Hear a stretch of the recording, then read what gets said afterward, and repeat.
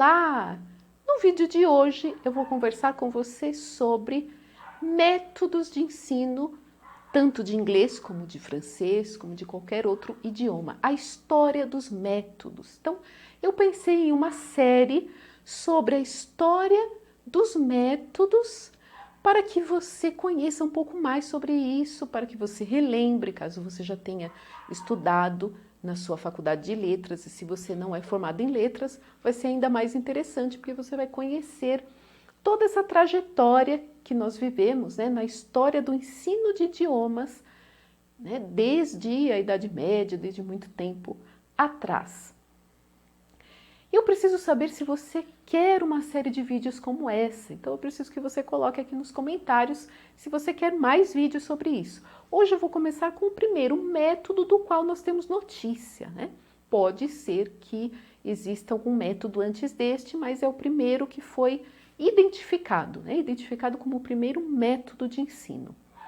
É que naquela época de Roma, né, quando Roma conquistou vários lugares, né, no mundo, em vários locais, né, a conquista do Império Romano, né, naquela época as pessoas começaram a aprender latim porque era a língua dos romanos, né.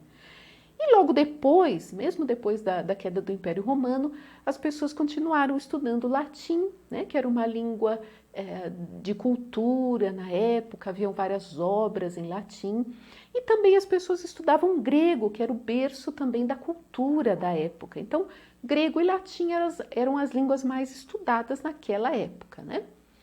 E como as pessoas estudavam essas línguas e com que objetivo, né?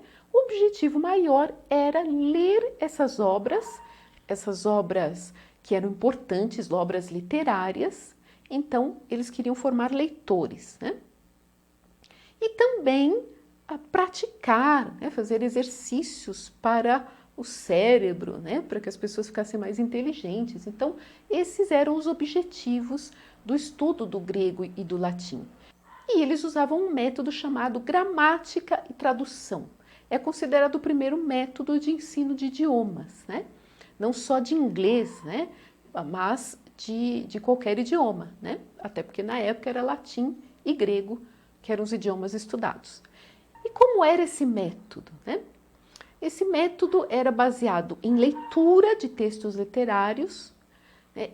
Na leitura se identificavam, né, os verbos, né, se identificavam, a estrutura da língua era identificada, e era feita também uma tradução do texto original para o idioma daquele que estava estudando, e também do idioma dele para o outro idioma, e eram feitos exercícios de gramática, puramente gramaticais, né, exercícios de gramática, decoravam-se regras de gramática, né?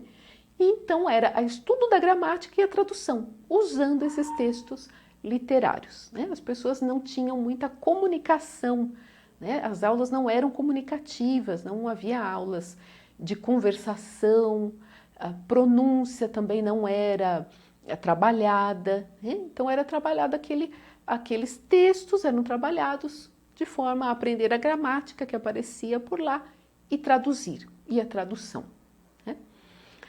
Esse método continuou por muito tempo, né? E num próximo vídeo eu vou contar para vocês como apareceu o segundo método do qual nós temos notícia, né? Mas esse método continuou por muito tempo e é um método, inclusive, parece uma coisa tão longe da gente, né? Tão distante, mas esse método é usado até hoje em muitas escolas do ensino fundamental e médio, né? E não em todas, é claro que nós não podemos generalizar, mas quando eu estudei no ensino fundamental e no ensino médio, no inglês, era usado esse método, porque nós traduzíamos, né? Então, aqueles exercícios de frases para traduzir, né? Traduza do inglês para o português, do português para o inglês, é um exercício que vem daquela época, era praticado naquela época. Então, nas escolas, muitas vezes, hoje nós temos ainda esse método de gramática-tradução. E eu acredito, né, que as escolas Na verdade, eu já vi esse método, um pouco dele, não ele totalmente puro, mas um pouco dele em escolas de idiomas, né, nas quais eu trabalhei. Eu já vi isso acontecer também. O que acontece hoje em dia é que as pessoas misturam os métodos, né? As pessoas não usam normalmente, né? Não é sempre, porque há de tudo, não é mesmo?